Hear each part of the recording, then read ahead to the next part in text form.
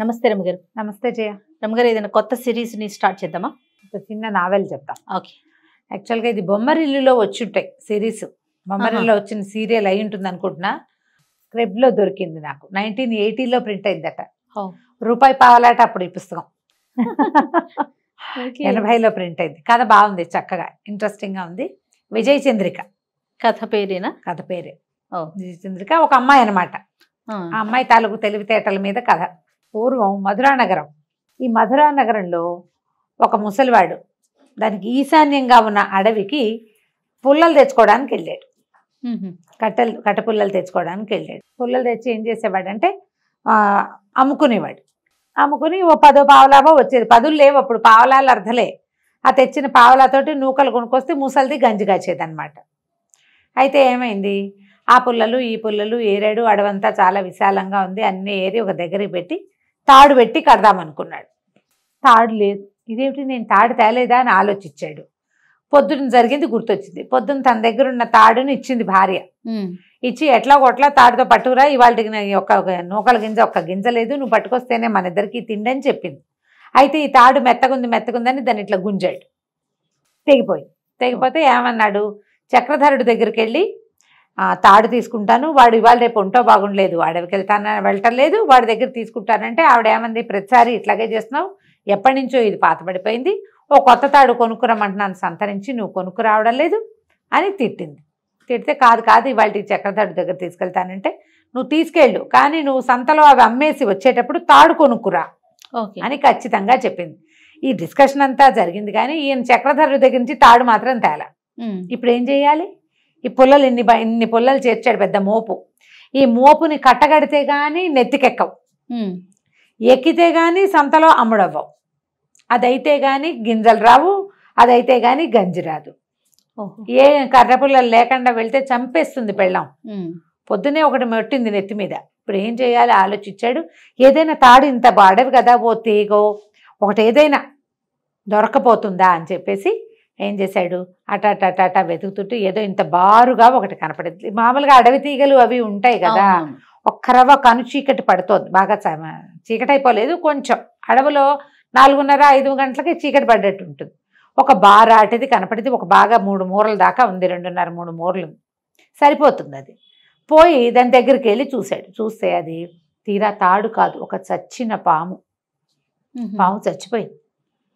అయ్యో ఏం చేయను, ఆ పాముతో ఇట్లా కడతావు. అయినా సరే ఏమనిపించింది, ఇంక ఏది దొరకల. పుల్లలు తీసుకెళ్ళిపోతే పెళ్ళాన్ని చంపేస్తుంది, ఆ తాడుతో చచ్చిపోయింది కదా, ఆ పాముతోటే కట్టేద్దామని ఆ పాముని ఇట్లా చేత్తపుచ్చుకున్నాడు. చచ్చిన పాముని ఇట్లా పట్టుకోగానే ఒక్క క్షణంలో ఈ చచ్చిపోయిన పాము మాయమైపోయి నీలం రంగులో ధగ మెరుస్తున్న ఒక మణిలాగా మారిపోయింది ఆ పాము. అది చూసుకున్నాడు, ఇదేమిటి తాడు ఇట్లా అయిపోయి, తాడు అనుకుంటే పాము అనుకుంటే మణి అయింది. దానికేసి చూస్తున్నాడు, ఏం చేయాలో తోచల. సరే ఇదేదో జరిగిందని పెళ్ళానికి చెబుదాము. ఆ తాడు అట్లా మారిపోవటాన్ని జీర్ణించుకోలేకపోయాడు. ఆ పుల్లలు అక్కడ బారేసి 4 పుల్లలు చేత్తో చంకలో పెట్టుకున్నాడు. నెత్తి మీద చిన్న గుడ్డ ఉంటుంది కదా, తల కట్టుకునేది, దాంట్లో 4 పుల్లలు మాత్రం తమ పొయ్యిలోకి పట్టుకుని ఇంటికి నడుచుకుంటూ పోయాడు.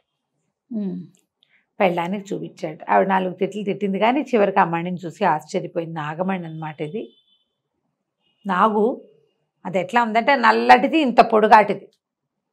నల్లటి నాగు ఇట్లా మణిగా మారిపోయిందంటే నాగమణి అయ్యి ఉంటుంది అని. సరే దీన్ని ఏం చేద్దామని ఆలోచించుకున్నారు. ఆలోచిస్తే ఇతను అన్నాడు, వ్యాపారి దగ్గరికి వెళ్ళి అమ్ముతాం, శెట్టిగారి దగ్గరికి వెళ్ళి అమ్మేద్దామన్నాడు. నీ బొంద, శెట్టిగారి దగ్గరికి వెళ్తే 4 నాణేలు ఇస్తారు, నీకేమొస్తుంది. అట్లా కాదు, రాజు కప్పచెప్పాలి దీన్ని, ఆయన కొంచెం ఎక్కువ ఇస్తాడని. సరే రాజుగారి దగ్గరికి వెళ్దాం అనుకున్నాడు. ఆ మణిని చేత్తో పుచ్చుకున్నాడు. ఒక చిన్న గుడ్డలో మూట కట్టుకుని రాజుగారింటికి ప్రయాణం అయ్యాడు. మర్నాడు పొద్దున రాజుగారింటికి వెళ్ళాడు. రాజుగారు ఆ మణిని చూసి చాలా సంతోషించి ఇతను మోయగలిగినంత బంగారాన్ని ఇవ్వమని చెప్పాడు. ఆ మణి ఇట్లా పట్టుకునేసరికి ఆయనకు ఒక గగురుపాటు వచ్చింది. లోపల నీలం రంగుది ఇంతుంది. చాలా సంతోషం వచ్చింది. సంతోషంతో ఎంత మోయగలిగితే అంత బంగారం ఇవ్వమన్నారు. ఓ పెద్ద మూట నిండా, రోజు కట్టెల మోపులు మోసే అలవాటు ఉంది కదా, మోయగలిగేంత మూట కట్టుకుని సంతోషంగా ముసలివాడు వెళ్ళిపోయాడు. ఈ మధురానగరపు రాజుగారికి చాలా కాలంగా సంతానం లేదు. ఎన్నేళ్ళో అయింది వాళ్ళ పెళ్ళి. అయితే ఒకరోజు పొద్దున్నే ఆయన నిద్ర లేచి వచ్చి బాల్కనీలో నుంచుంటే కింద వాకిళ్ళు ఊడుస్తుంది ఒక దాసీది. ఊడుస్తూ అట్లా పైకి చూసి గబుక్కుని ఇట్లా మొహానికి చెయ్యి అడ్డం పెట్టుకుంది. ఏంటంటే ఏమనుకుంది, పిల్ల పాప లేదు, గొడ్డుమూత వాడి ఈయన చూస్తే ఇవాళ రోజంతా పాడవుతుందని. రాజైనా సరే అట్లాగే ఉంటుంది మరి. రాజుకి కలుక్కుమంది. నేను వేసే రొట్టె ముక్కలతో బతికే దాసీదానికి కూడా నేను లోకువైపోయాను.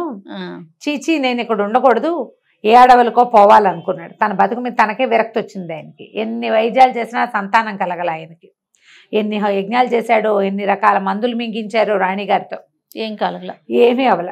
సరే అక్కడి నుంచి వెళ్ళి భార్యకి చెప్పాడు, అమ్మ నేను అడవికి వెళ్ళిపోతున్నాను అనేసరికల్లా ఆవిడ కళ్ళ నీళ్ళు పెట్టుకుంది. నేను కూడా వస్తానంటే, నువ్వు ఎండకన్నారే కానీ సుకుమారివి, నువ్వేం వస్తావమ్మా అడవికి, వద్దంటే, అది కాదండి మగవారు మీరే దాసీది తల తిప్పుకుందనే మీకు సిగ్గుగా చిన్నతనంగా ఉంటే, ఆడదాన్ని ఏ ఫంక్షన్కి వెళ్ళినా, మన ఇంటికి ఎవరైనా వచ్చినా, నేనే మన ఇంటికి ఎవరింటికైనా వెళ్ళినా ఇక్కడి నుంచి నాకు ఏ అగ్రతాంబూలము ఇవ్వరు, నాకు బిడ్డ పాప లేరు కాబట్టి.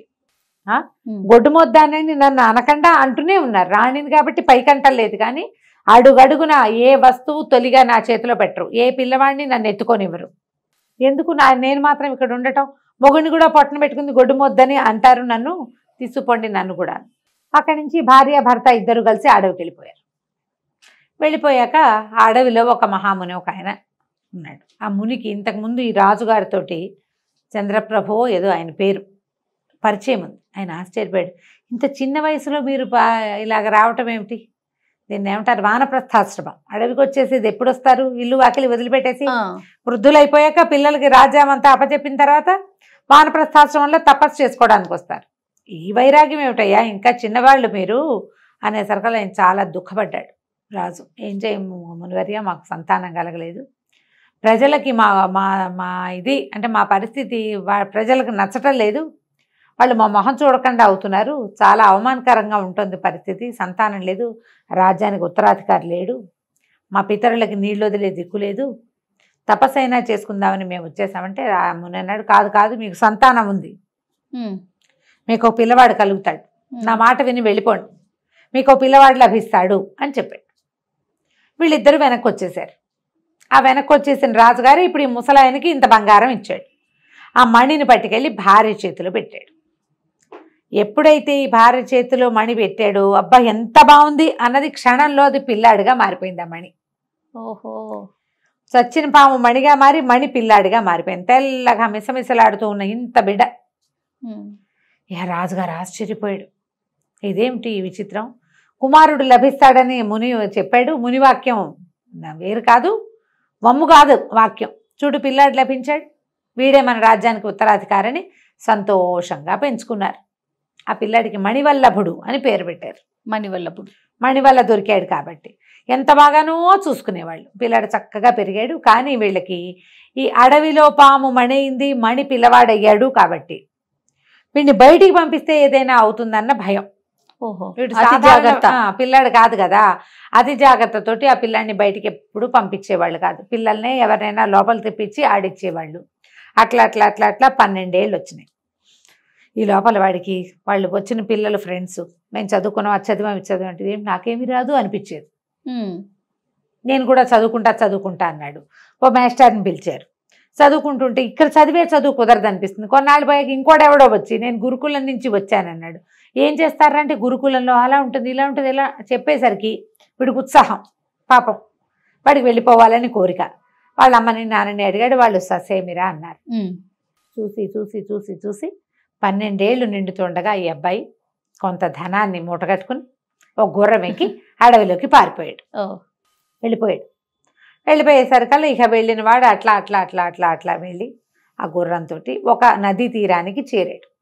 అది ఇంచుమించు కోసల రాజ్యం దాకా వెళ్ళిపోయాడు. ఏదో కొంత ఆహారం తీసుకెళ్ళాడు, మధ్యలో ఆగాడు. వాడికి ఎక్స్పెడిషన్ లాగా ఉందన్నమాట ఆ వెళ్ళే దారి. ఉత్సాహంగా ఉంది.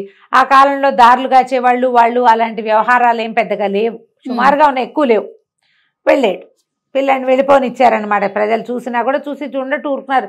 ఎవరో రాజుల పిల్లాడు వెళ్తున్నాడు అనుకున్నారు. అక్కడికి వెళ్ళాక ఒక చెరువు తీదలో దీని దగ్గర ఒక కుర్రాడు ఎవరో బట్టలు ఉతుక్కుంటూ కనపడ్డాడు. దగ్గరలో ఏదైనా ఊరుందా, అంటే ఇది పెద్ద అడవి, ఇందులో ఊరు లేదు బోరు లేదు, ఉన్నదంతా మా గురుకులం మాత్రమే ఉంది అన్నాడు. అమ్మో గురుకులం ఉందా, ఎలాంటి గురుకులం, గురుగారి పేరేంటి, అదేంటి ఇదేంటని అడిగాడు. అడిగేసరికి పక్కనే దగ్గరలోనే గురుకులం ఉంది, నేను అందులో శిష్యుణ్ణి, విద్యానంద మహర్షి ఇక్కడ విద్యాభ్యాసం చేయిస్తారు అని చెప్పేసరికి ఈ కుర్రాడు ఆ రెండో వాడిని గుర్రం ఎక్కించుకుని ఆ గురుకులానికి ఎలా వెళ్ళాలో అక్కడికి పోయాడు. పోయి ఆయనకి దండం పెడితే ఆయనేమో నోట్లించ నురుగులు కక్కుతున్న గుర్రము, అది ఎప్పటి నుంచో ప్రయాణం చేస్తుంది, చక్కగా 12 ఏళ్ల పిల్లాడు, మంచి రాజుగారి అబ్బాయిలాగా బట్టలు గిట్టలు కనపడుతున్నాయి.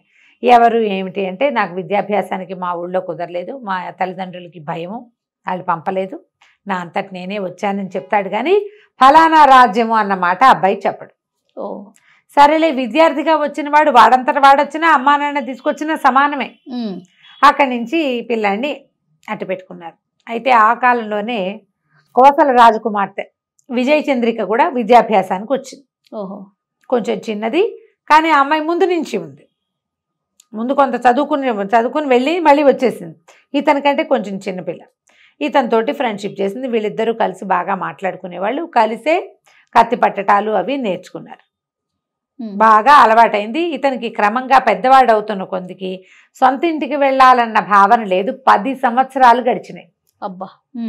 ఈ అబ్బాయికి 22 ఏళ్ళు వచ్చినాయి, ఆ విజయచంద్రికి 20 ఏళ్ళు వచ్చినాయి. విద్యాభ్యాసం మొత్తం పూర్తయ్యాక కోసల రాజు గారు వచ్చాడు. వచ్చి కూతురుని తీసుకెళ్ళటానికి వచ్చి ఇతనితో ఎప్పుడు వచ్చినప్పుడల్లా ఆయన మాట్లాడేవాడు, కూతురుని చూడడానికి వచ్చేవాడు. ఆ పాఠశాలలో ఉన్న చాలా మంది పిల్లల తల్లిదండ్రులు వచ్చి చూసేవాళ్ళు, ఇతని కోసం ఎవరు వచ్చేవాళ్ళు కాదు. అప్పుడప్పుడు అనిపించేది, ఏమిటి వీళ్ళు నా కోసం వెతకలేదా, వాళ్ళు వెతకకుండా నన్ను ఎలా వదిలేశారు అని ఆశ్చర్యంగా ఉండేది. అయితే ఆయన ఏమన్నాడు, ఆ కోసల రాజు వచ్చి, అబ్బాయి విద్యాభ్యాసం అయిపోయింది కదా, మరి నువ్వు వస్తావా మాతోటి, మీ నాన్నగారు వాళ్ళ దగ్గరికి వెళ్తావా, లేదా అంతఃపురానికి వచ్చేసేయి మాతో పాటు అని అడిగాడు. అడిగేసరికి అలా ఆయనకి ఏమనిపించింది, వీడికి 10 ఏళ్ళు అయినా వాళ్ళు అసలు కనీసం వెతుకుతూ ఎవడైనా రావాలి కదా, ఈ 10 ఏళ్ళ నుంచి ఎవరైనా వస్తారేమోనని ఎదురు చూస్తూనే ఉన్నాడు, ఎవ్వరూ వదిలేశారు వాళ్ళు. అలా అనిపించింది అతనికి. ఎందుకు వీళ్ళతో వెళ్తే సరిపోతుంది అని చెప్పేసి విజయచంద్రికతో కలిసి అక్కడికి వెళ్ళిపోయాడు కోసల రాజ్యానికి. ఇక వాళ్ళతోటే కలిసి కొంతకాలం ఉన్నాడు. మెల్లిగా ఇద్దరు ఏంటంటే మొదటంతా చిన్నప్పుడు స్నేహం, క్రమంగా ప్రేమలో పడ్డారు, పెళ్లి చేసుకుందాం అనుకున్నారు. అయితే మీ అమ్మ నాన్న ఎవరో చెప్పు, మా నాన్న వెళ్ళి మాట్లాడతాడు అంటుంది. ఇతనికి అసలు వాళ్ళ రాజ్యం పేరెత్తటం కూడా ఇష్టం లేదు. అక్కడ పరిస్థితులు ఏంటో కూడా తెలియదు. ఇప్పుడు చెప్తే వెళ్ళాక అక్కడ ఏమవుతుందో అంటే, అమ్మాయి ఏమంది, మరి వెళ్ళి కనుక్కుండ్రా పరిస్థితులు అంటే, సరే వెళ్తానన్నాక అమ్మాయికి ఏమనిపించింది అంటే, వీడిని వదిలేస్తే చేయి దాటిపోతాడేమో అని అనిపించింది. అందుకని నేను వస్తాను పద, ఇద్దరం కలిసే వెళ్దాం, మీ రాజ్యంలో పరిస్థితులు ఏమిటో చూసుకుందాం, మీ అమ్మా నాన్న సంగతి ఏమిటో చూసుకుందాం, అక్కడ ఓకే అయిన తర్వాత మా నాన్నకి చెప్పి ఇద్దరం పెళ్లి చేసుకుందామని ఇద్దరు కలిసి బయలుదేరారు. 2 రోజుల ప్రయాణం తర్వాత అమ్మాయికి ఏమనిపించిందంటే, ఇలా అవివాహితులుగా వెళ్ళకూడదు, వాళ్ళ అమ్మాయి లేచి వచ్చిందంటారు, అందుకని మనం ఇక్కడ ఎక్కడైనా పెళ్లి చేసేసుకుందామని బండి ఒప్పించి పెళ్లి చేసేసుకుందాం, భార్యాభర్త. కాకపోతే వీళ్ళు ఏమనుకున్నారు, ఇలా అడవుల్లో ప్రయాణం చేసేటప్పుడు ఇలా ఆడవాళ్ళ బట్టలతో వెళ్ళకూడదు, నా బట్టలు నువ్వు కూడా వేసేసుకో, మనం వేసుకో, ఇద్దరం కలిసి అన్నదమ్ముల్లాగా కనపడతాం. వీళ్ళిద్దరికి ఏంటంటే దగ్గర పోలికలు ఉంటాయి. సదాటుగా చూస్తే అతనే అమ్మాయి అనుకునే ప్రమాదం ఉంది. స్త్రీ బట్టల్లో ఉంటే కనపడదు, మగవాళ్ళ దుస్తులు వేసుకుంటే వాళ్ళిద్దరు ఒడ్డు పొడుగు ఒకేలాగా కనపడతారు. ఈ మగవాళ్ళ బట్టలు వేసుకుంది విజయచంద్రిక. ఆ విజయచంద్రిక ఈ మణివల్లభుడు ఇద్దరు కలిసి వాళ్ళ గుర్రాలు వేసుకుని రాజ్యానికి బయలుదేరారు. మధ్యలో ప్రపంచాన్ని తెలుసుకుంటూ చూసుకుంటూ అడవుల్లో తిరుగుతూ మెల్లిగా ఒక దారి పట్టారు. రాజకుమారుడు రాజకుమార్తె ఎవరెవరు, మణివల్లభుడు విజయచంద్రిక. విజయచంద్ర చూసావా, ఇద్దరు కలిసి బయలుదేరారు, పెళ్లి చేసేసుకున్నారు. భార్యాభర్తలుగా వెళ్ళాలనుకున్నారు. సరే, ఇక ప్రయాణం చేయగా దూరంగా ఏదో ఒక గుడిసె లాంటిది కనపడుతోంది, ఒక పాక, కొంచెం పెద్దదే. తీరా చూస్తే అక్కడికి వెళ్తే ఒక ముసలం ఉంది. అక్కడ ముసలం ఉంటే, మా వాకాసిన మంచినీళ్ళు ఇస్తావా అంటే, నాయన ఇంత నిర్జనంగా ఉన్న అడవిలోకి ఎందుకు వచ్చారు, ఎలా వచ్చారు, ఏమిటి అది అని అడిగారు. అడిగితే సరే ఏదో చెప్పుకున్నారు, మేము ఇలా వచ్చాం అలా వచ్చాం అని చెప్పారు. చెప్తే సరే మంచినీళ్ళు కావాలంటే ముసలమ్మంది, బాబు ఒకే ఒక కొండ ఉంది మంచినీళ్ళు, ఇందాక పిల్లి పైనుంచి దూకి కొండను పడదోసింది, నేను పోయి మంచినీళ్ళు తెస్తాను నాయన, పక్కనే ఏరుందని కొండ పుచ్చుకొని వెళ్ళింది. ఇతను ఆ బయటకు వచ్చి ఆవిడ ఏరు వైపు ఎటువైపు వెళ్ళిందో చూసి మళ్ళా లోపలికి తిరిగేసరికి ఈ విజయచంద్రిక చాలా అలసటగా ఉందని అక్కడ నులక మంచం మీద పడుకుంది. ఆ మంచం పక్కన ఒక అమ్మాయి కనిపించింది ఇతనికి. ఆ ఇంట్లో ఎవరు లేరు. ఆవిడ చెప్పడం, నేను ఒక్కదాన్నే ఉన్నాను నాయన అని చెప్పింది. మా ఆయన వేటకెళ్ళాడు, నేను ఒక్కదానే. నువ్వు ఒక్కతే ఉంటే ఈ అమ్మాయి ఎక్కడి నుంచి వచ్చింది? ఇతను ఏం చేశాడు, పెళ్ళాన్ని ఏదో చేసేస్తుంది అనుకుని కత్తి దూశాడు. దూసేసరికి ఆ అమ్మాయి కంగారు పడి, బాబు కత్తి దూయొద్దండి, ఈ ముసలిది మంచిది కాదు, ఈవిడికి 7 కొడుకులు ఉన్నారు, గజ దొంగలు వాళ్ళు కాస్త వచ్చారంటే మిమ్మల్ని ఇద్దరిని చంపేస్తారు, మీ దగ్గర ఉన్నది నగ నట్ర అన్నీ దోచుకుంటారు, మిమ్మల్ని ఇక్కడ ఉంచడానికే ఆవిడ ఈ నీళ్లు కుదరవు, అక్కడి నుంచి నీళ్లు పట్టుకొస్తుంది, వచ్చేటప్పుడు ఒక చెట్టాకులు వేసి అందులో పడేసి తీసుకొస్తుంది, మీ సంగతి తేల్చేస్తుంది అని చెప్పింది. చెప్పేశారు కల్లా ఏం చేశాడు, అమ్మాయిని గబగబా లేపేశాడు. సరే థ్యాంక్స్ చెప్పాడు. అమ్మాయి లోపల గదిలోకి వెళ్ళిపోయింది. నువ్వు ఎక్కడి నుంచి వచ్చావమ్మా అన్నాడు. నన్ను కూడా ఇలాగే ఎత్తుకొచ్చారండి, పెద్ద కొడుకు బలవంతంగా పెళ్లి చేసింది, చచ్చినట్టు ఉంటున్నాను, వీళ్ళు దుర్మార్గులు, వాళ్ళేమో ఒట్టి మహా కఠార వాళ్ళు మంచివాళ్ళు కాదు, మగవాళ్ళు అనేసరికల్లా పెళ్ళాన్ని తీసుకుని బయలుదేరాడు. ముసలమ్మాయి లబలబలాడిపోయింది. ఉండండి ఉండండి ఉండండి అని ఎంత బతిమలాడినా ఆగల. ఇంకా మీ కోడలు చెప్పింది అలాంటివి చెప్పాలా, మళ్ళీ ఆ అమ్మాయికి కూడా ప్రమాదమే కదా. కాదు కాదు మేము వెళ్ళిపోవాల్సింది, మాకు మంచినీళ్ళు వద్దు, మేము బయటే తాగుతాం, వెళ్ళిపోవాలి అర్జెంటుగానని బయటకు వచ్చేసాడు. వచ్చేస్తే ఆవిడ వెంబడబడింది కానీ దొరకల ఇతను. ఓ పక్కకి ఏం చేశాడు, అటువైపు దక్షిణం వైపుకు వెళ్ళండి, దక్షిణం వైపుకు వెళ్ళండి అని చెప్పింది కానీ ఇతను దక్షిణం వైపుకు వెళ్ళకుండా ఇంకో దిక్కుకి దారి తీశాడు. ఆవిడ చెప్పిన దిక్కు వైపుకి ఇప్పుడు అట్నుంచే వాళ్ళు వస్తున్నారేమో. ఒకవేళ ఈ ముసలిది కూడా ఎందుకు వెళ్ళింది, ఇక్కడ ఏదో డబ్బు వచ్చే అవకాశం ఉందని వాళ్ళకి వార్తలు పంపడానికి వెళ్ళుండొచ్చు మేబీ, అందుకని రెండో దారి పెట్టాడు. భార్య తను ఇద్దరు కలిసి నడవటం మొదలుపెట్టారు. ఏమైందంటే వాళ్ళ గుర్రాలు అవి జారిపోయినాయి వాళ్ళ దగ్గర నుంచి, కానీ డబ్బులు ఇవి ఉన్నాయి వాళ్ళ దగ్గర, ధనం ఉంది, నడిచి వెళ్తున్నారనమాట. ఈ ఇంతలో ఏమైంది, ఈ ముసలమ్మ మొగుడు పిల్లలు వచ్చేసారు ఇంటికి. వచ్చేసరికి కల్లా బంగారు చిలకలు లాంటి వాళ్ళు ఇద్దరు ఎగిరిపోయారు. కాస్త ముందు వస్తే ఏం పోయేది, ఇంత లేటుగా వచ్చారు అని గోల పెట్టి పంపించి వీళ్ళు వెనకాల పడ్డారు. వీళ్ళిద్దరూ ఎన్ని విధాలు పరిగెత్తారు, ఎంత పరిగెడతారు. అమ్మాయి కొంచెం ఏంటంటే దానికి యుద్ధ విద్యలు వచ్చినా ఆడపిల్లలకి కొంచెం సుకుమారం ఉంటుంది ఎంతో కొంత, యుద్ధ విద్యలు వచ్చిన అమ్మాయే. అక్కడి నుంచి ఏమన్నాడు, చెట్టు ఎక్కించాడు, నువ్వు ఇక్కడే ఉండు, వాళ్ళందరి సంగతి నేను చూస్తానంటే నేను మాత్రం చూడనా అని కత్తి తీసింది. ఇద్దరు కలిసి చెడామడా వాడు నలుగురిని అబ్బాయి నరికాడు, ముగ్గురిని అమ్మాయి నరికేసింది. ముసలాడు కాళ్ళు పట్టుకున్నాడు. ఆ ముసలమ్మ భర్త, బాబాబు వదిలేసే, పిల్లల కోసమే కదా ఇంత కష్టపడతాం మేము, పిల్లల్ని కాస్త చంపేశావు, ముసలిది ఒక్కతే అయిపోతుంది, కోడలు కూడా ఉంది, మమ్మల్ని వదిలే అంటే వదిలేసేసి ఈ మగవాళ్ళ దుస్తులు ధరించి బయలుదేరారు. వెళ్ళగా అవంతి నగరానికి చేరారు వీళ్ళు. ఓ నగరానికి చేరాక ఏమైంది, సరే ఏమన్నాడు, మనం ఓ పని చేద్దాం, కొద్ది రోజులు ఇక్కడ ఉందాం, కొంచెం ఆహారం వండుకొని తినడానికి సామాన్లు పట్టుకొస్తానని ఆ అమ్మాయిని ఒక చోట పెట్టి వీడు పట్టణంలోకి వెళ్ళాడు. వెళ్తే బజార్లో అందరూ కొంచెం వేషధారణ కొత్త ఊరు వాళ్ళు తెలుస్తూ ఉంటారు కదా, అన్ని కొట్లల్లోనూ సరుకులు రేట్లు అన్నీ కొనుక్కుని మొత్తం ఒక బండి తీసుకుని మొత్తం వేసుకెళ్తానని చెప్పాడు. ముందుకెళ్ళేసరికల్లా ఒక చోట ఒక అందమైన అమ్మాయి ఉంది ఒక కొట్లో. తర్వాత అమ్మాయి దగ్గర ఏంటంటే రకరకాల పదార్థాలు తాగడానికి, షర్బత్తులు అవి ఉన్నాయి. సరే అందమైన అమ్మాయి, కొంచెం మనసు, వీడి భార్య అందమైందే కానీ ఆ వయసు పిల్లలకి ఏముంది, కాస్త అందంగా కనపడితే చూస్తారు కదా. చూసేసరికల్లా ఆవిడేమంది, సరే నేను నీకు తాగడానికి ఏమైనా ఇస్తే, తాంబూలాలు కడుతుంది అనమాట, కిళ్ళీలు కట్టే కొట్టది. ఓహో, కిళ్ళీలు నాకు కూడా ఒక తాంబూలం ఇస్తావా అని అడిగాడు. అడిగేసరికల్లా ఓ ఎందుకు ఇవ్వను, తాంబూలానికి ముందు మంచినీళ్ళు తాగాలి, నీళ్లు తాగిన తర్వాత తాంబూలం వేసుకుంటే మహా బాగుంటుందని కూజాల నుంచి నీళ్లు ఇచ్చింది. ఓ గుక్క వేస్తుంటేనే ఇతనికి ఏదో అయిపోతున్నట్టు అనిపించింది. 3 గుక్కలు వేసి అన్ని మంచినీళ్ళు ఒక గ్లాసెడ్ నీళ్లు తాగేసరికల్లా శరీరం అంతా కుంచించిపోయి మేకలాగా మారిపోయాడు. ఆ కొట్టు బయట 2-3 మేకలు కట్టేసినాయి, వీడిని కూడా అక్కడ కట్టేసింది. అదొక మంత్రగత్తె అనమాట. ఓహో, ఎంతసేపు అయినా ఈ భర్త తిరిగి రాలే. విజయచంద్రికి ఆశ్చర్యంగా, ఎందుకు రాడు ఇంతసేపు అయితే, ఏమిటో చూద్దామని. ఈ అమ్మాయి కూడా మగబట్టల్లోనే ఉంది కదా, మళ్ళీ దీంట్లోకి వచ్చింది, మార్కెట్లోకి వచ్చేసరికల్లా అతను మొదట చూసి వెళ్ళిన కొట్ల వాళ్ళంతా, బాబు చాలాసేపు అయింది, ఇంకా మార్కెట్లోనే ఉన్నారా, సామాన్లు సరుకులు పట్టించుకెళ్ళటం లేదు ఏంటండి అని అడుగుతున్నారు. సేమ్ ఒకేలాగా ఉంటారు, ఒకలాగా ఉన్నారు కదా. ఈ అమ్మాయి ఓహో వీళ్ళందరి కొట్లకి వీడు వచ్చాడు అనమాట. ఇంకా ముందుకెళ్దామని చూసి ముందుకెళ్ళి ఈ తాంబూలపు కొట్టు దగ్గరికి వెళ్ళి, తాంబూల కొట్టు దగ్గరికి వెళ్ళేసరికల్లా ఈ తాంబూలం కొట్టు దగ్గర అమ్మాయి ఏమిటి, సరిగ్గా ఆ సమయానికి ఆ కొట్టులో తాంబూలాలు కట్టే అమ్మాయి ఎటో వెళ్ళింది కాస్త పక్కకి. ఆ కొట్టు బయట కట్టేసిన మేక తెగరిచింది. దీన్ని చూసి ఈ అమ్మాయిని ఈ విజయచంద్రకి మేక ఎందుకు అరుస్తుందో అర్థం కాల. సరే ఇక్కడ ఎవరు లేరు, దాని ఎదురుగుండా ఒక సామాన్ల కొట్టుంది, ఆ సరుకుల కొట్టులోకి వెళ్ళి పలకరించాడు. పని అయిపోయిందా బాబు, సామాన్లు పట్టుకెళ్ళటానికి వచ్చారా అన్నాడు. ఏదో తలకాయ ఊపింది. అన్ని కొట్లు చూసారా అన్నాడు. కొట్లన్నీ చూశాను అని. ఎదురుగుండా కొట్లోకి మాత్రం వెళ్ళకండి బాబు, అది మాంత్రికురాలు, దొంగమొహం, వచ్చిన వాళ్ళని జంతువులుగా మార్చేస్తుంది, అది అస్సలు మంచిది కాదండి, ఆ కొట్లోకి మాత్రం వెళ్ళకండి, మీలాంటి అందగాళ్ళని చూస్తే దానికి ముందే నోరాగదు అన్నాడు. అనేసరికల్లా ఓహో, ఒకవేళ ఏమైనా మా ఆయన కానీ వస్తే జంతువుగా మార్చేస్తాను వీడు చెప్తున్నాడు, అని నన్ను చూసి అరిచిన మేక నా మొగుడేనేమోనని డౌట్ వచ్చింది. ఓహో, మళ్ళీ వీళ్ళు అక్కడి నుంచునేసరికల్లా విపరీతంగా మేమని అరుస్తూనే ఉంది మేక. ఎట్లా వీడిని మనిషిగా చేయాలో తెలియలా, ఏం చెయ్యాలో అర్థం కాలేదు. సరే, ఈ లోపల ఆవిడొచ్చి నవ్వుతూ అందగాడా తాంబూలం కావాలా అని అడుగుతోంది. పూర్ణైతే నేను కూడా దొరుకుతానేమో మళ్ళీ దీనికి, ఇప్పుడు ఈవిడ అందగత్తే కాదు. సరే ఏం చేసింది, నాకు తాంబూలం వద్దు, తాంబూలం అక్కర్లేదు నాకని నడవటం మొదలుపెట్టింది యువతలకి. ఇంతలో ఏమైందంటే బాగా ముందుకు వచ్చాక ఆకలి వేసిస్తోంది.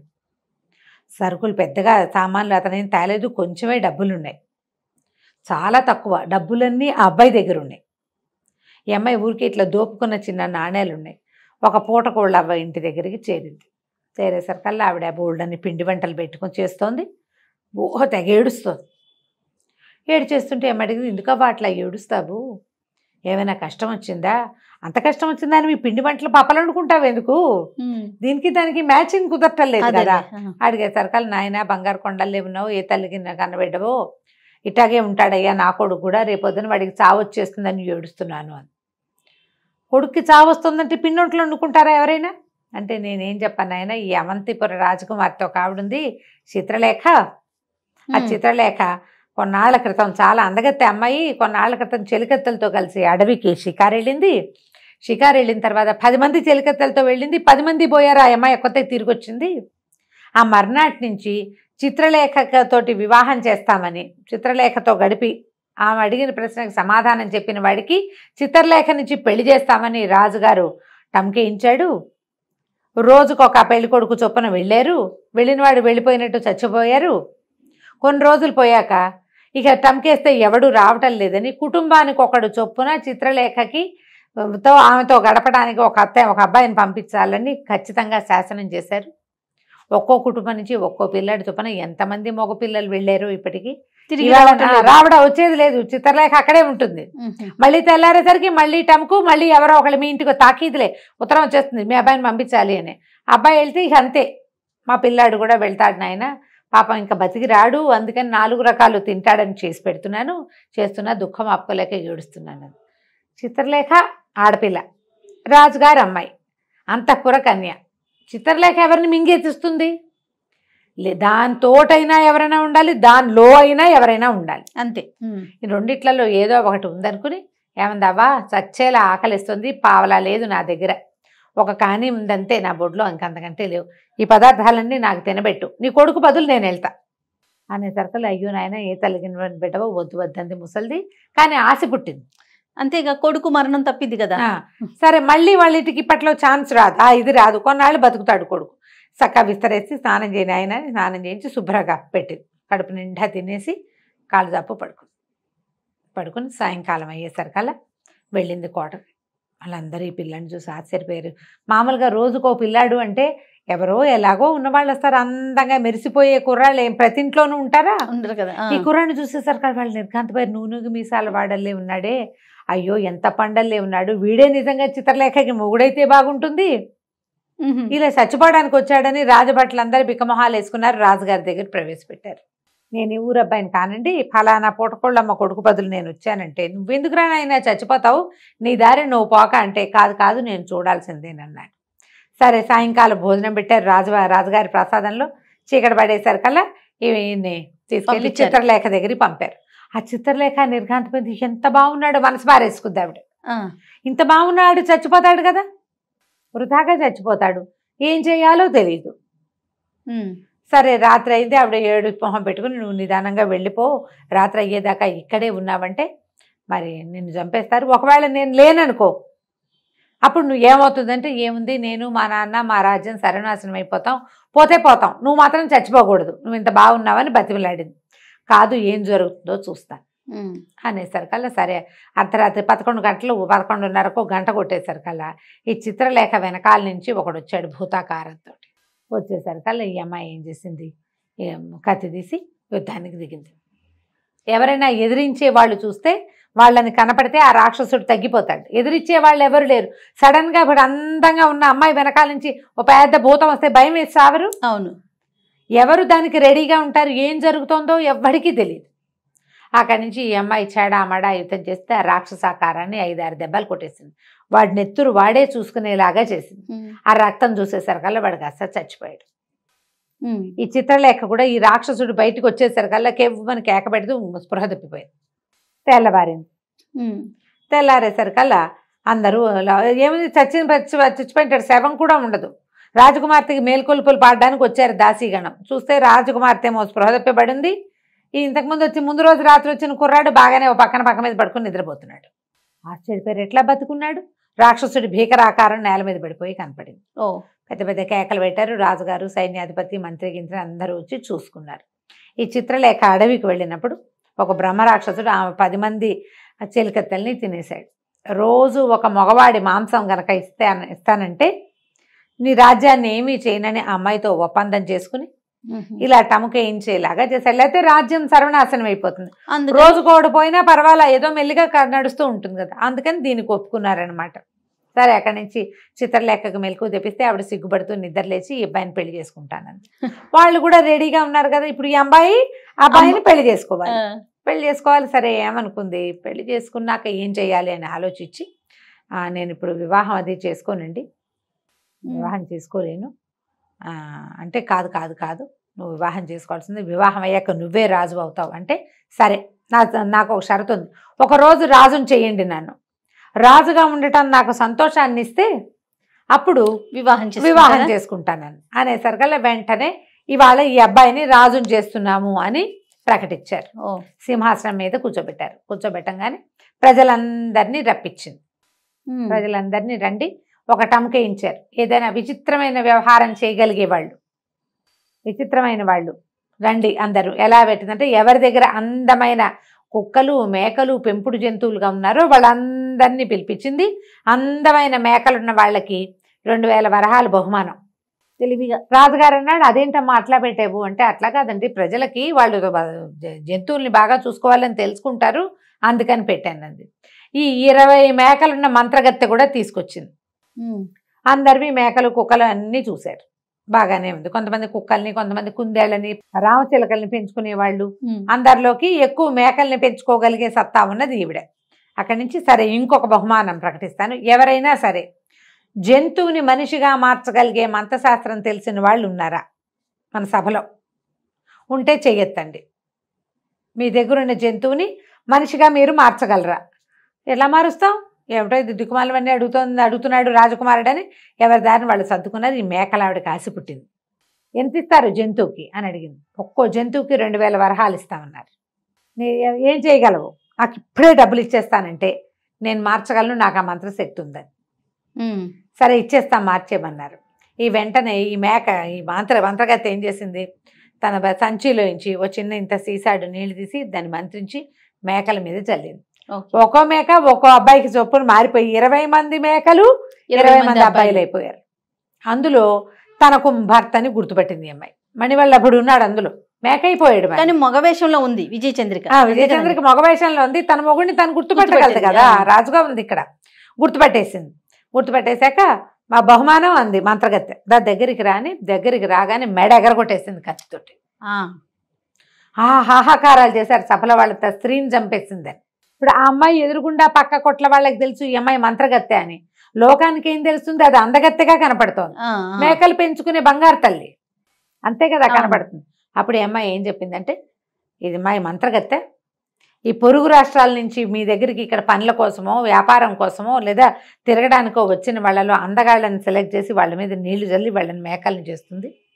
ఇందులో ఉన్నవాడు ఇగో ఇతను నా భర్త, నేను స్త్రీని, మేమిద్దరం భార్యాభర్తలం అని చెప్పి ప్రజలంతా హాహాకారాలు చేశారు. రాజుగారు అమ్మాయి హతాశులైపోయారు.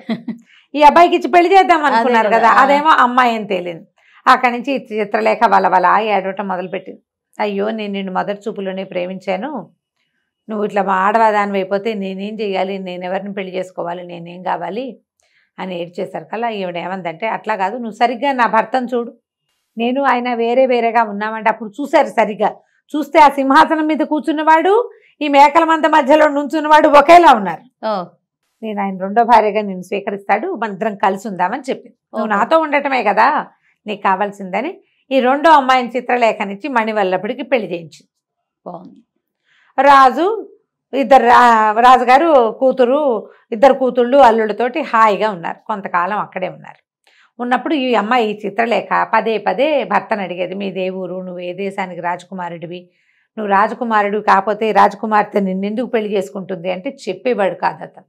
అయితే ఈ చిత్రలేఖ తోడుకోడలతోటి సవితోటి ఏమనేదంటే, అక్క అంత తెలివి తక్కువగా ఎట్లా చేసుకున్నావు, మనం రాజకుమార్తెలం కదా, దారిపోయేవాడిని చేసుకున్నావంటే మనకేం గొప్ప, క్షత్రియుడు కానివాడిని చేసుకుంటే మనకేమన్నా గొప్ప కాదు కదా, మరి వీడు క్షత్రియుడు అవునో కాదో తెలుసుకోవాలి, నువ్వు క్షత్రియుడేనమ్మా, అతనికి రాసవిద్యలన్నీ తెలుసు, ముందు నుంచి మేము కలిసి చదువుకున్నాం అంటుంది అమ్మాయి. విజయచంద్రకి చెప్తోంది, చెప్తున్న చిత్రలేఖ ఒప్పుకోక సవితికి ఎక్కిచ్చిందనమాట, ఇతని కులగోత్రాలు కనుక్కోవాలి నువ్వు, ఏమైనా సరే కులగోత్రాలు కనుక్కో, ఆ రాజ్యానికి వెళ్దాం మనం, మీ రాజ్యానికి వెళ్దాం పదా, ఎన్నాళ్ళు మా ఇంట్లో ఉంటావని అందాం మనం, అక్కడ మంచి అడుగు అడుగు అడుగు అని బాగా ప్రోత్సహించింది.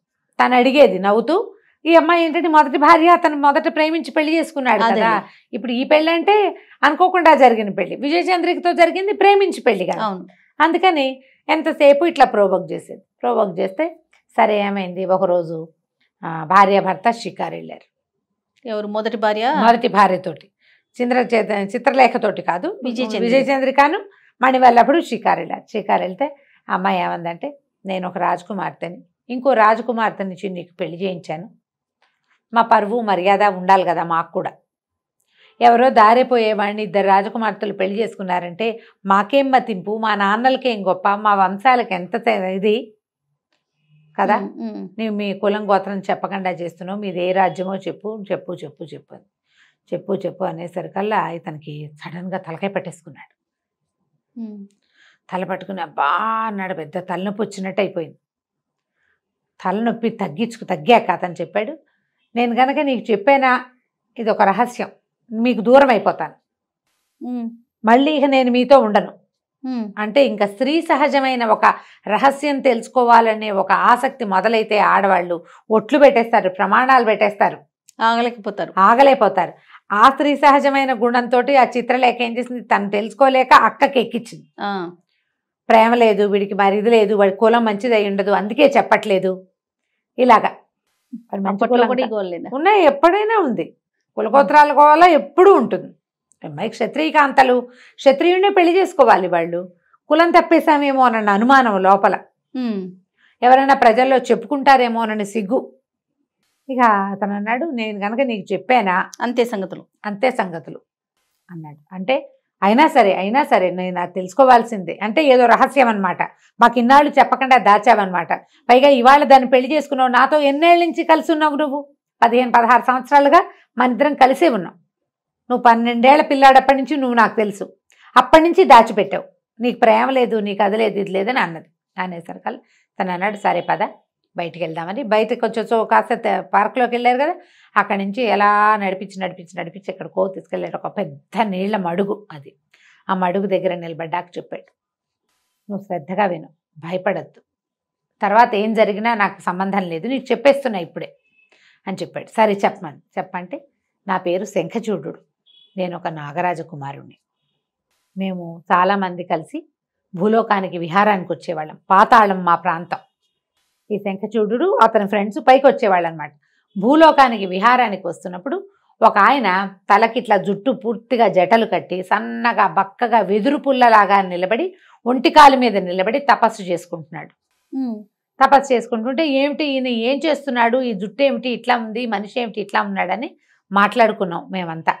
మా స్నేహితులు అన్నారు, తపస్సు చేస్తున్నాడు ఈయన ఎవరో ముని అంటే, ముని అయితే ఏం చేస్తాడో చూద్దామని నేను అతన్ని చుట్టుకుంటే వీళ్ళు అందరూ హాహాకారాలు చేశారు, వద్దు శపిస్తాడంటే వీడి వల్ల ఏమవుతుంది అనుకున్నాను నేను. నేను ఈ చుట్టుకుపోవటం వల్ల ఒంటికాల మీద నిలబడ్డ ఆయన పడిపోయాడు నాతో సహా. ఎప్పుడైతే ఆయన కళ్ళు తెచ్చాడో ఆయన కళ్ళ నుంచి వచ్చిన మంటలకి నా స్నేహితులంతా భయపడి పారిపోయారు. ఆయన చుట్టుకుపోయి ఉండటం వల్ల నేను తప్పించుకోలేకపోయాను. ఆయన నీకు ఇంత పొగరా శంఖచూడ, నువ్వు ఇలాగే మట్టిలో కలిసిపో అని శపించాడు. నేను బతిమలాడాను. నేను ఏనాడు తపస్సు చేసేవాళ్ళని చూడలేదు, మొదటిసారి భూలోకానికి వచ్చాను, అందువల్ల నా వల్ల ఈ తప్పు జరిగింది, నన్ను క్షమించు క్షమించు క్షమించని చాలా బతిమలాడాను. మట్టిలో కలిసిపో, చచ్చిపోమని శపించాడు. మట్టిలో కలిసిపోవడం చచ్చిపోవడం. అయితే ఒక పని అప్పుడు ఆయన చాలా బతిమలాడాక నా తండ్రి అయిన వాసుకి పట్ల దయతలిచి నన్ను వదిలిపెట్టాడు. నాకు శాప అవసానం చెప్పాడు, నువ్వు ఇలాగే చచ్చి పడి ఉంటావు, నిన్ను ఎవడైనా మానవుడు ముట్టుకుంటే నువ్వు మణిగా మారతావు. ఓహో. నిన్ను ఒక స్త్రీ ఆమె చేతిలోకి తీసుకోగానే నువ్వు బాలుడిగా మారతావు, వాళ్ళతో పాటు జీవించు. వివాహం అయిన తర్వాత నీ భార్య నీ గత జన్మని గుర్తు చేసి ప్రశ్నించే వరకు నువ్వు మానవ మాత్రుడుగానే ఉంటావు. ఎప్పుడైతే నీ గత జన్మ నీకు జ్ఞాపకం వస్తుందో అప్పుడు శాప విమోచనం. అప్పటి వరకు నువ్వు ఈ భూలోకంలో బతుకుతూ ఉండమన్నాడు. నేను అప్పుడే చచ్చి పడిపోయాను. నన్ను ఒక కట్టెలవాడి చేతిలోకి తీసుకున్నాడు, నేను మణిగా మారా. తీసుకెళ్ళి అక్కడి నుంచి మధురానగర రాజుగారి అంతఃపురంలో ఆ రాణిగారు నన్ను పట్టుకుంది, నేను బాలుడిగా మారాను. వాళ్లే నాకు మణిగా భూషణుడిగా పేరు పెట్టారు. మొత్తం చెప్పాడు. నేను అక్కడి నుంచి 12 సంవత్సరాల వయసు వచ్చాక వాళ్ళని విడిచిపెట్టి వచ్చాను. మధురానగరపురంలో రాజకుమారుడిగా పెరిగాను నేను. ఇప్పుడు నన్ను అడిగావు కాబట్టి ఇక నాకు శాప విమోచనం అయిపోయింది. ఇక నేను మీతో కలిసి జీవించను. నాకు గుర్తొచ్చినా, నాకు గుర్తు రాగానే నాకు శాప విమోచనం అయిపోయినట్లే. జ్ఞాపకం వచ్చినా మీ ఇద్దరిని వదలలేక నేను చెప్పలేదు, నువ్వు బలవంత పెట్టావు నన్ను చెప్పేదాకా. చెప్పా కాబట్టి ఇక నేను ఇక్కడ ఉండనని పెద్దది 4 మూరలు పొడుగున నల్లటి వికృతాకారం కలిగిన పాముగా మారిపోయాడు అతను. ఈ అమ్మాయి చూస్తుండగానే మహాభయంకరంగా ఉంది. అది జర జరా పాకుతూ ఆ మడుగులోకి ప్రవేశించి వెళ్ళిపోయాడు. ఓహో. కళ్ళు తిరిగి పడిపోయింది విజయచంద్రిక. మెలకు వచ్చి చూస్తే ఏముంది, మడుగు మోత గట్టు మీద తను ఒక్కతే ఉంది. లబోదిబోమని ఏడ్చింది, చేయగలిగేది ఏం లేదు. అక్కడి నుంచి ఇంటికి వెళ్ళింది ఏడుస్తూ. వెళ్ళేసరికల్లా చిత్రలేఖ ఆశ్చర్యపోయింది. ఏం జరిగింది అంటే, నీ వల్లే మనకి ప్రాప్తి వచ్చింది. నా అంతటి నేను 2-3 సార్లు అడిగి ఊరుకున్నాను అతని మీద వ్యామోహంతో. నువ్వు నీకు భర్త వ్యామోహం కంటే ఈ కులం వ్యామోహం ఎక్కువ. నన్ను ఎక్కించేసుకోవాలని నాకు ఎక్కిచ్చేసావు. అడిగి భర్తను పోగొట్టుకున్నావు అని లబలబలాడుతూ ఏడుస్తూ అక్కా చెల్లి తెగ శోకాలు పెట్టారు. మణివల్లభుడు వెళ్ళిపోయాడు. నా పేరు శంఖచూడు, నేను సర్పాన్ని, నేను అది ఇది డామ్డీమ్ అన్నట్టు చెప్పేశాడు కథంతా. ఎప్పుడైతే తన శాప విమోచనం అయిపోయిందో ఇంకా నేను మీతో మానవులతోటి కాపురం చెయ్యను అని వెళ్ళిపోయాడు. ఈ అమ్మాయి విజయచంద్రిక ఏడుస్తూ రాజ్యంలోకి వచ్చేసింది, ఊళ్ళో అంతఃపురంలోకి వచ్చింది. తెగ తిట్టింది ఆ చిత్రలేఖని. నీ వల్లే ఇలా నేను అడగాల్సి వచ్చింది, అనవసరమైన ఎంతూసియాజం రేకెత్తిచ్చావు నాకు. ప్రశ్నించి చివరికి అతను శాప విమోచనం అయిపోయిందని వెళ్ళిపోయాడు. భర్త లేకుండా ఉండిపోయాం ఇప్పుడు మనం. పోనీ పెళ్ళిళ్ళన్నా కాకుండా ఉంటే మళ్ళీ వివాహాలైనా ఏవి, ఇప్పుడు మనం ఏం చేస్తాము అని బాగా ఏడ్చింది. ఇద్దరు కలిసి శోకాలు పెట్టారు. ఏం చేస్తారు, వెళ్ళిపోయిన వాడిని తెచ్చుకోలేరుగా. అక్కడి నుంచి నేను మా ఇంటికి వెళ్ళిపోతానంటే చిత్రలేఖ బతిమలాడింది, అక్క నన్ను క్షమించు, నా వల్లే ఇంత పని జరిగింది, చూద్దాం ఏదైనా ఒక ప్రయత్నం చేద్దాము, నువ్వు మాతోటే ఉండిపో. రాజ్యానికి రాజు ఎవరు, మన ప్రాణనాథుడు. ఆయన భార్యగా నువ్వే ఆ సింహాసనం మీద కూర్చుని, నువ్వు మొదటి భార్యవు కాబట్టి మేము దానికి ఒప్పుకునే కదా నన్ను ఇచ్చి పెళ్లి చేశాడు మా నాన్న, రెండో భార్యగానే, కాబట్టి రాజ్యం నీది. అయితే విజయచంద్రికనే రాజుని చేశారు. ఆ అమ్మాయే రాజ్యం చూసుకోవాలి. అయితే అమ్మాయి ఏమందంటే, నాకు ఒక ఐడియా ఉంది, ఐడియా ప్రకారం చేస్తాను. సరే, అప్పుడు ఈవిడ చాటింపు వేసింది. ఎవరైనా ఏదైనా ఒక విచిత్రాన్ని, అద్భుతమైన సంఘటనని చూసినా తెలుసుకున్నా అది మాకు తెలియజేయండి. నేనెన్నడూ చూడని అద్భుతాన్ని తెలియజేసిన వాడికి మోయగలిగినంత బంగారం ఇస్తానని ప్రకటన చేసింది. తెలివిగా చేసింది. అప్పుడు చిత్రలేఖ ఎందుకక్క వీటి వల్ల ఏం ప్రయోజనం అంటే, అట్లా కాదు, ఏదైనా మనకిప్పుడు ఈ అద్భుతాన్ని చూసామా మనం, చచ్చిన పాము మణివటం ఏమిటి, మణి పిల్లాడవటం ఏమిటి, వాడు మనకి మొగుడవటం ఏమిటి, అది సంవత్సరాలు అతనితో కలిసి ఉన్నాను నేను. నువ్వంటే ఇప్పుడు ప్రేమించావు, వివాహం చేసుకున్నావు, నన్ను ప్రేమించావు, నా మొగుడిని నువ్వు పెళ్లి చేసుకున్నావు. నేను చదువు మొదలుపెట్టిన దగ్గర నుంచి నాతో పాటు ఉన్నాడు, నాకు తెలియలా. ఒక్క వాక్యం బయటకు వచ్చేసరికి మాయమైపోయాడు. అద్భుతాలు ఇవన్నీ.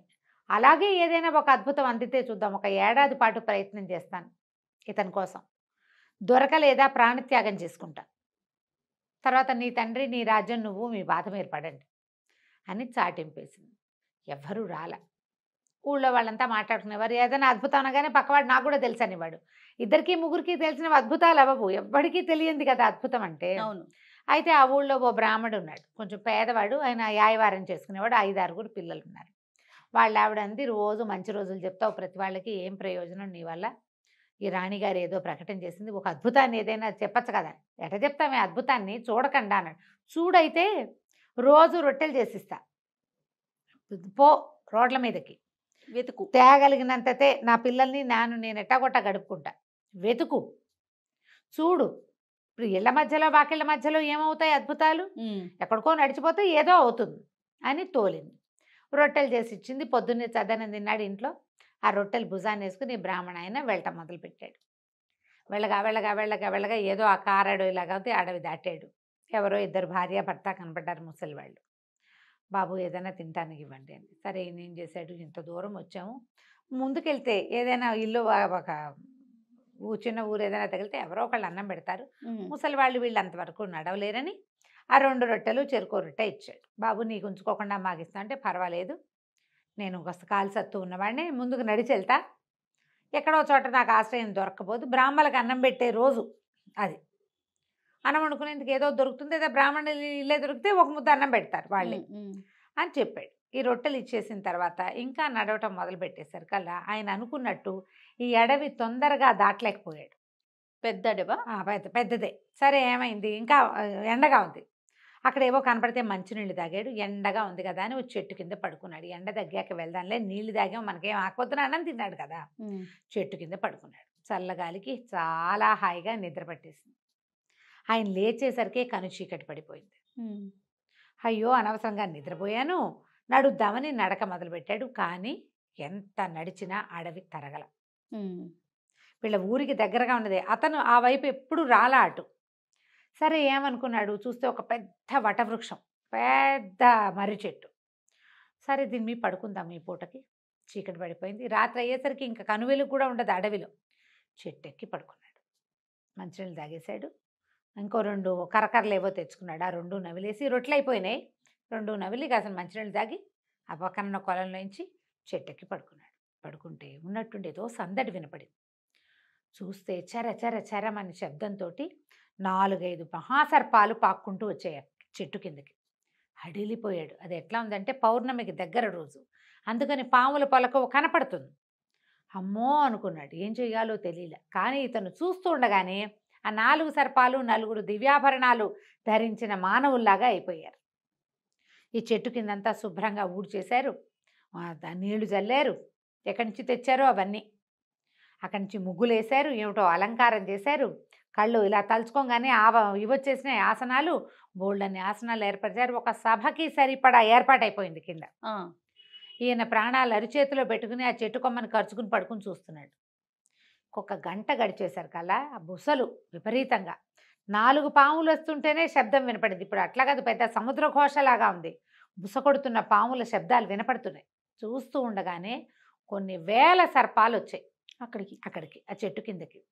ఆ సర్పాల్లో అతిపెద్దది, ఇంత పెద్ద పడగ, చాలా పడగలు కలిసి ఉన్నట్టుగా ఉండి మణులతో ఉన్న ఒక సర్పం చకచక నాయక స్థానంలో ఉన్న సింహాసనం దగ్గరికి వచ్చింది. ఒకేసారిగా పెద్ద దివ్యాకృతిని దాల్చి మనిషిలాగా అయిపోయింది. అందరూ కూర్చొని, అంటే ఈయన నాయకుడు, వీళ్ళంతా నాగులు, అందరూ మనిషి రూపాల్లోకి వచ్చారు. తలా ఒక ఆసనంలో కూర్చున్నారు. ఏమిటో డిస్కషన్లు చేసుకున్నారు. ఏమిటి సంగతులు సందర్భాలు అవన్నీ మాట్లాడుకున్నారు. ఎవరెవరు ఎక్కడికి వెళ్ళారు, ఏ లోకంలో ఉన్నారు, వాళ్ళు ఎందుకు రాలేదు, వీళ్ళు ఏం చేస్తున్నారు, ఇలాంటివి కనుక్కున్నారు. 3:30 అవగానే తెల్లవారుజామున వేగు చుక్క పొడిచే సమయానికి మొత్తం సర్పాలన్నీ వెళ్ళిపోయినాయి, కుర్చీలన్నీ మాయమైపోయినాయి, ఆకులు అలవలు మామూలుగా చెట్టు కింద ఎలా ఉండాలో అలా అయిపోయింది. ఈయన ప్రాణాలు అరచేతిలో పెట్టుకుని ఆ వేగు చుక్క బాగా పొడిచేదాకా ఉండి అక్కడి నుంచి నడక మొదలుపెట్టి రాజస్థానానికి వచ్చేసాడు. వచ్చి విజయచంద్రకి చెప్పాడు, రాణికి మొత్తం ఇలా నేను చూశాను అని. సరే ఇవిడ నన్ను తీసుకెళ్ళమంది. అమ్మ మీరు చూడలేరమ్మా, పామును చూస్తే హడిలిపోయాను, మగవాడిని నేనేను, మీరు చూడలేరంటే, అయినా సరే మొత్తం భర్త సర్పంగా మారిపోవటం చూసింది అమ్మాయి. అంతకంటే భయంకరమైంది ఉందా ఇంకోటి? కాదు, నేను వస్తానని కొంచెం సింపుల్గా వేషధారణ చేసి ఆ బ్రాహ్మడితో పాటు మర్నాడు మళ్ళీ అక్కడికి వెళ్ళి అక్కడ దాకా ఏముంది, గుర్రం వేసుకుని వెళ్ళిపోవచ్చు. ఆయనంటే నడిచాడు, వీళ్ళు రథాలతో వెళ్ళిపోతారు కదా. రాత్రి ఇద్దరు విజయచంద్ర కూడా చెట్టు ఎక్కింది, చెట్టు మీద కూర్చుని మొత్తం కింద జరుగుతున్న సీన్ అంతా చూసి మళ్ళీ సేమ్ డిట్టో ముందు రోజు రాత్రి ఏం జరిగిందో మర్నాడు కూడా అదే జరిగింది. మూడో రోజు ఏం చేసింది, వెళ్ళిపోయారు. తెల్లవారంగానే ఇద్దరు రథం అవతల ఎక్కడో పెట్టుకున్నారు, రథం ఎక్కి ఇంటికి వెళ్ళిపోయారు. అక్కడికి బ్రాహ్మడికి నువ్వు ఎంత మొయ్యగలిగితే అంత తీసుకెళ్ళమని బంగారపు రాసుల దగ్గర కూర్చోబెట్టారు. ఆయన బంగారం 3-4 సంచుల నిండా నింపుకుని భుజాన్ని వేసుకుని తీసుకుపోయాడు. ఆయన దరిద్రం తీరిపోయింది. ఈ అమ్మాయి ఏం చేసిందంటే చిత్రలేఖను రెడీ చేసింది, పద మన ఇద్దరం వెళ్దామని. అక్కడి నుంచి కొంతమంది పని వాళ్ళని బోళ్ళని సామగ్రిని మోయించుకుని ఆ అడవిలో ఉన్న చెట్టు దగ్గరికి తీసుకెళ్ళి ఏ వటవృక్షం మీద అయితే తను కూర్చుని కింద సీన్ చూసిందో ఆ చెట్టు కిందంతా శుభ్రం చేయించింది పని వాళ్ళతోటి. ఆసనాలు వేయించింది, చక్కగా ముగ్గులు వేయించింది, రకరకాల అగరవత్తులు వెలిగింపించింది, పువ్వులతో అలంకారం చేయించింది. మీరంతా వెళ్ళిపోండి అని మొత్తం జనానంతా పంపించేసింది. చీకటి పడేసరికల్లా వీళ్ళిద్దరూ అక్కా చెల్లి చెట్టెక్కి కూర్చున్నారు, సవతలిద్దరు. అర్ధరాత్రి అయ్యింది, 11-11:30 అయ్యేసరికల్లా పాములు వచ్చేసినాయి. వచ్చి ఆ పెద్దగా నాయకమణిలాగా ఉన్నాయని ఆశ్చర్యంగా, ఇదేమిటి, ఇది ఏర్పాట్లు మనవి కాదు, ఎవరు చేశారు, ఇక్కడ ఒక అపూర్వమైన వాసన వస్తుంది, ఇది మనకు తెలిసిన సువాసన కాదు, మానవ నిర్మితం, ఇది ఎవరు చేశారు ఏమిటి అనగానే చెట్టు మించి దిగొచ్చారు వీళ్ళిద్దరు అక్క చెల్లెళ్ళు. పావులు లేవు, ఇప్పుడు అందరూ మానవ రూపాల్లో ఉన్నారు. నన్ను నమస్కారం చేశారు. ఆయన ఆశ్చర్యంగా అడిగాడు, అమ్మా ఇవన్నీ మీరే చేశారా తల్లి అని అడిగాడు. నేనే చేయించాను అని అమ్మాయి కథ అంతా చెప్పింది. ఒక రాజకుమారుడు ఎక్కడి నుంచో పారిపోయి వచ్చాడు, మేమిద్దరం స్నేహంగా ఉన్నాం, పెళ్లి చేసుకున్నాం, వివాహం అయ్యాక పుట్టిళ్ళు చూపిస్తానని తీసుకొచ్చాడు, మధ్యదారిలో ఈ అమ్మాయిని వివాహం చేసుకున్నాడు, మేము కలిసే ఉన్నాం. మరి జీవిత రహస్యం అతను మీ ఇల్లు ఎవరు ఏమిటి అని నేను బాగా నిలదీసేసరికల్లా తాను ఒక సర్పాన్నని చెప్పాడు, సర్పంగా మారిపోయి వెళ్ళిపోయాడు. మేము ఒకళ్ళకిద్దరం అన్యాయం అయిపోయాం, నా రాజ్యానికి రాజు లేడు, ఈ దీని రాజ్యానికి రాజు లేడు, పోనీ మేము కన్యలమైతే ఇంకోళ్ళని వివాహం చేసుకునే వాళ్ళం, మేము వివాహితలం, ఇప్పుడు ఏం చేయాలో తెలియక ఈ సర్పాన్నిగా మారిపోయిన మా భర్తని పట్టుకోవటానికి ఇక్కడికి వచ్చాం అనేసరికల్లా, అమ్మ అలాగా వీళ్ళలో వీళ్ళని గుర్తుపడతావా నీ భర్తనంటే?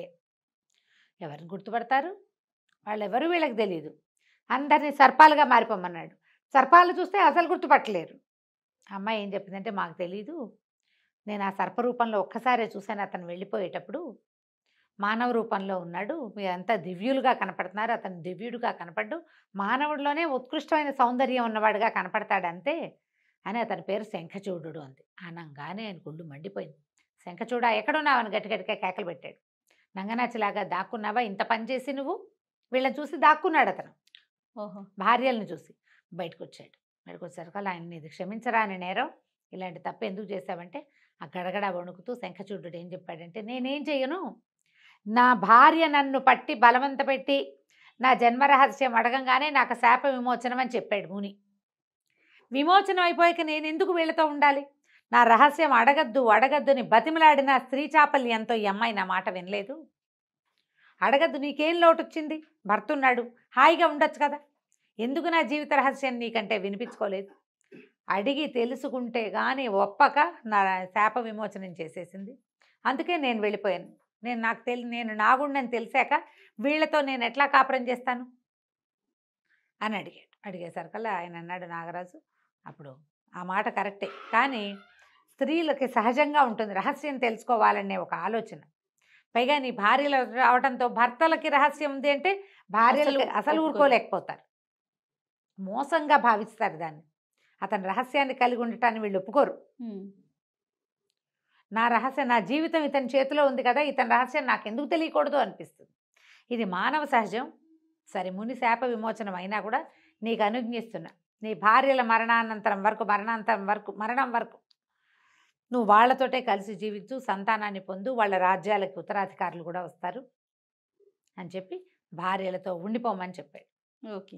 తెల్లవారుతుండగా సర్పాలన్నీ యథాస్వరూపంలో వెళ్ళిపోయినాయి. అక్కడ రాజకుమారుడు, ఈ అమ్మాయిలు ఇద్దరు మిగిలారు, మణివల్లభుడు, భార్యలు ఇద్దరు మిగిలారు. వీళ్ళు క్షమాపణ చెప్పుకున్నాడు, నేను ఇంకా చేయలేని స్థితిలో వెళ్ళిపోయాను, మిమ్మల్ని వదిలిపెట్టి వెళ్ళటం నాకు ఇష్టం లేదు కానీ అని చెప్పి సారీ చెప్పుకున్నాడు. ముగ్గురు కలిసి తమ ఎక్కడో ఆపిన రథాన్ని ఎక్కి ఇంటికి వచ్చేసారు. కొద్ది రోజులు ఇక్కడ ఉండి ఆ తర్వాత మధురా నగరానికి వెళ్ళిపోయారు. ఆ మధురా నగరపు రాజకుమారుడు కదా ఇతను. వాళ్ళ అమ్మ నాన్నకి కనిపించడానికి వెళ్ళాడు. ఈ 3 రాజ్యాల్ని ఏకకాలంలో పరిపాలిస్తూ ఎన్నో సంవత్సరాలు భార్యలిద్దరితో విజయచంద్రికతోటి చిత్రలేఖతోటి సంతానాన్ని పొంది సుఖంగా ఉన్నాడు. కథ కంచికి మనం ఇంటికి. చాలా బాగుంది రమ్మ గారు. చిన్న సిరీస్ అయినా కూడా చాలా బాగుంది. ఇంట్రెస్టింగ్ గా ఉంది. అవును.